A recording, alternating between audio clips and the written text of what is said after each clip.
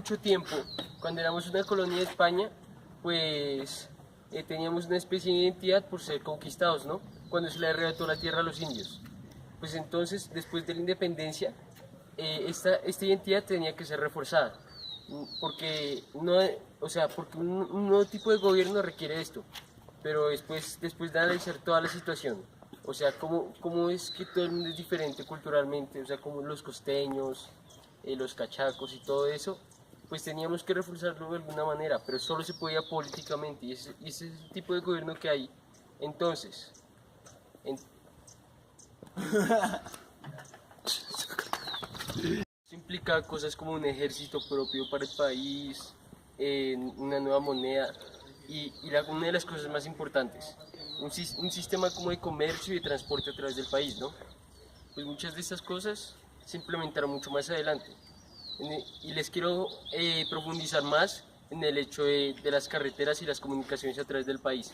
Con el paso del tiempo se acentuó la eficacia de este. Y voy a especificar en la carretera de la Herradura. En esta es en la que se pudo permitir la comunicación entre Cartagena, entre Bogotá y entre muchas otras capitales del país. Y esto permitió una gran comunicación. Entonces, estas eran llamadas vías reales. Estas vías reales están pavimentadas y permitían que se transportasen muchas mercancías y eso. Entonces, a fines de 1800 se modernizó mucho esto para poder permitir la afinidad con los carros y mejorar la modernización del país. Y esto implicó un gran avance en cuanto a esto. Entonces, en la década de los 50, Dwight Eisenhower incentivó el hecho de la locomotora a través del país. Muchas gracias. Oye, Mike. Ay, hola, ¿cómo les va hoy? Hoy yo les voy a hablar acerca de los barcos y las locomotoras en Colombia.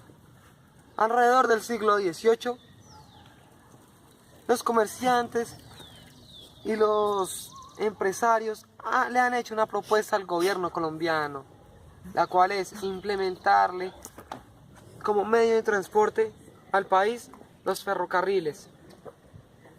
El empresario nacionalizado colombiano alemán, el señor Elbers, le ha hecho esta propuesta al país.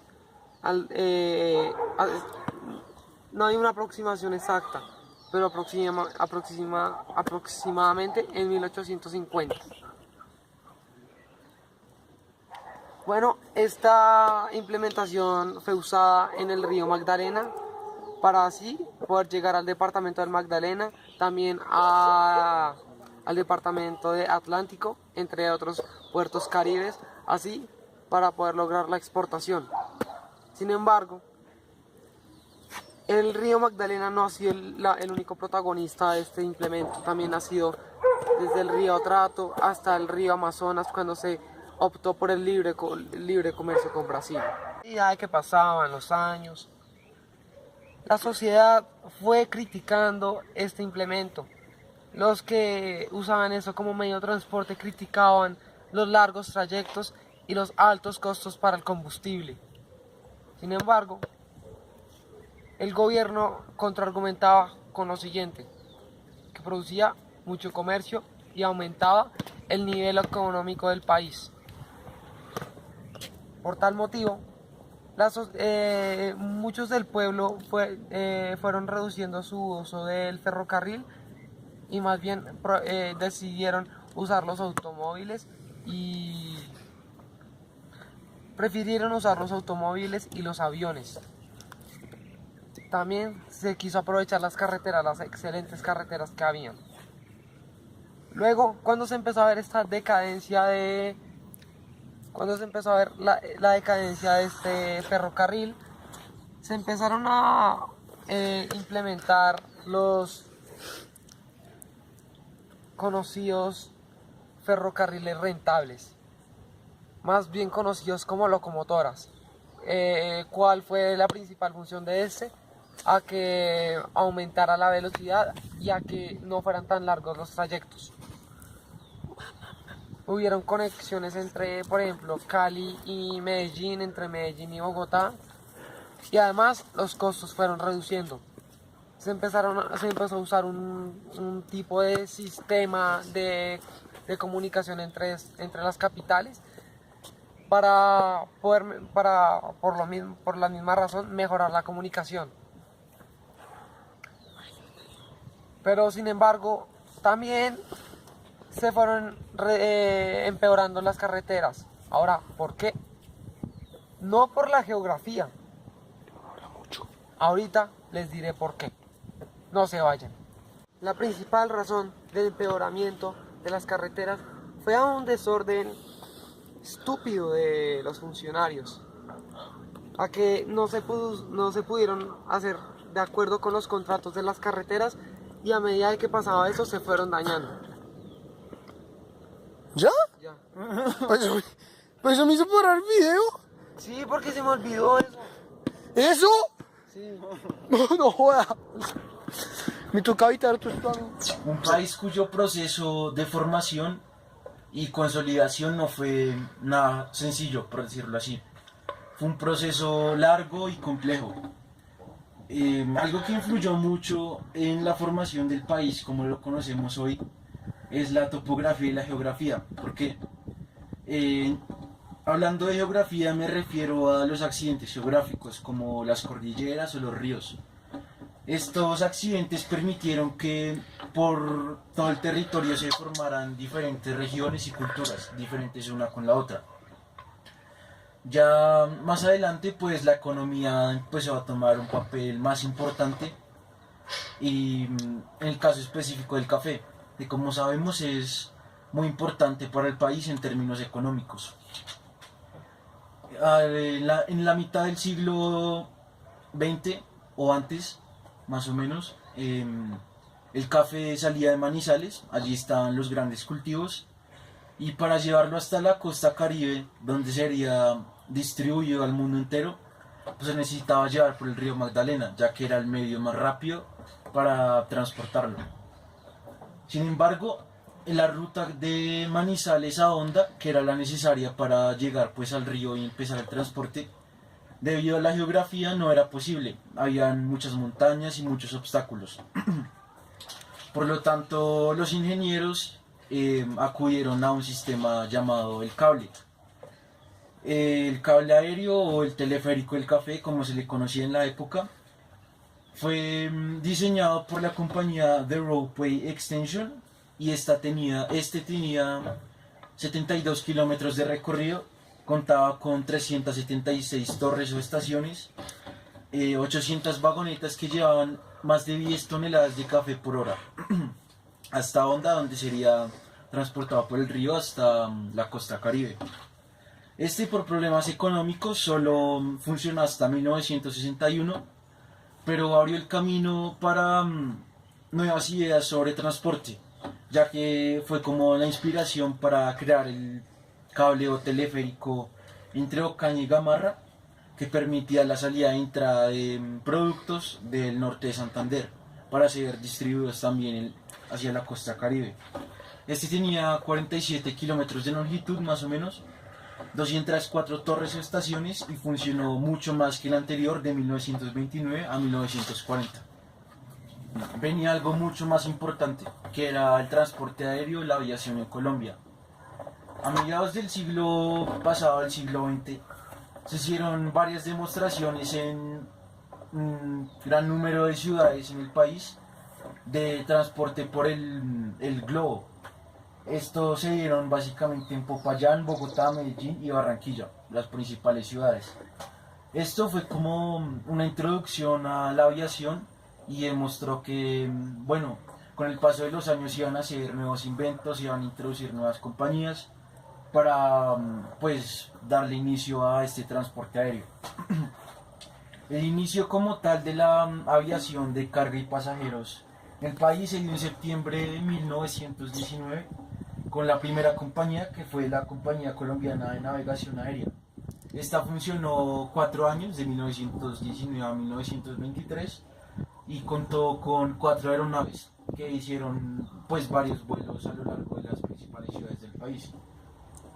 Otro inicio de vuelos fue en 1920 de Cartagena a Barranquilla, vuelos cortos, y otro de Cartagena a Medellín en el 1921. Bueno, en 1923, cuando se acabó esta compañía, vino otra a reemplazarla, que fue la Compañía Santanderiana de Aviación. Y casi más de 10 años después se creó la Urabá Medellín and Central Airways. Ya se contaban con dos compañías. En 5 de diciembre de 1919, estamos volviendo otra vez, hubo un proyecto entre ingenieros alemanes y colombianos, creando así la Sociedad Colombo-Alemana de Transporte Aéreo.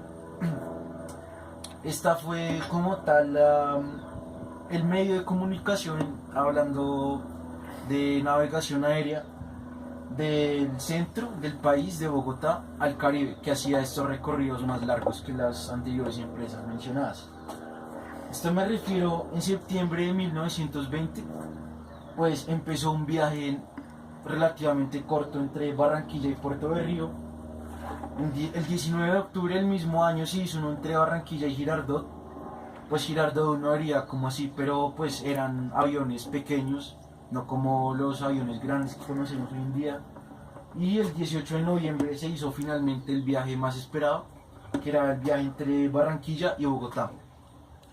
Esto fue pues importante, fue como la introducción a la aviación, como ya dije, en el país, que hoy es bueno algo muy importante, ya que conecta pues las ciudades aquí dentro del país, y pues es importante por el comercio, básicamente hacer las comunicaciones más rápidas, lo mismo el transporte de productos, pasajeros, y pues no solo aquí dentro del país, sino para conectar a Colombia con el mundo entero. ¿Ya? Sí. ¡Uy! Ok, va el balón. ¡No, el balón no! ¡Ah! ¡Ah!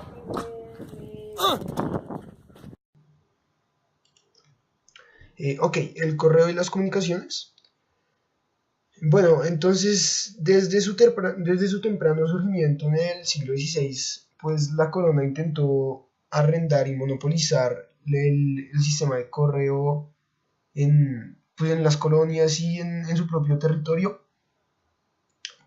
Básicamente, algunos historiadores calculan que al finalizar el siglo XVIII, el correo llegaba por lo menos a unos 1000 lugares en el actual territorio del país y casi a 12.000 en todo el continente.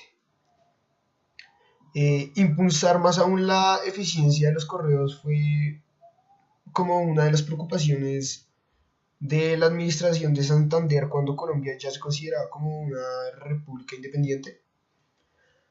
A mediados del siglo XIX, la República de Granada contaba con aproximadamente 154 oficinas postales. Eso significa que pues, lograron lo que tenían pensado. Y los mensajeros recorrían casi 11.000 kilómetros llevando cartas y comunicados. Bueno, con el objetivo de facilitar el sistema y controlar los costos, en 1859 se usó por primera vez estampillas en el Correo Nacional, y este fue el año en el que por primera vez se dictó la primera ley orgánica en Colombia sobre los correos. Desde el inicio de la aviación, por esos momentos, como lo mencionó antes Pérez, se incluyó el manejo del correo, que comenzó a ocurrir con limitaciones casi a 1919 y pues como de forma sostenida en 1920.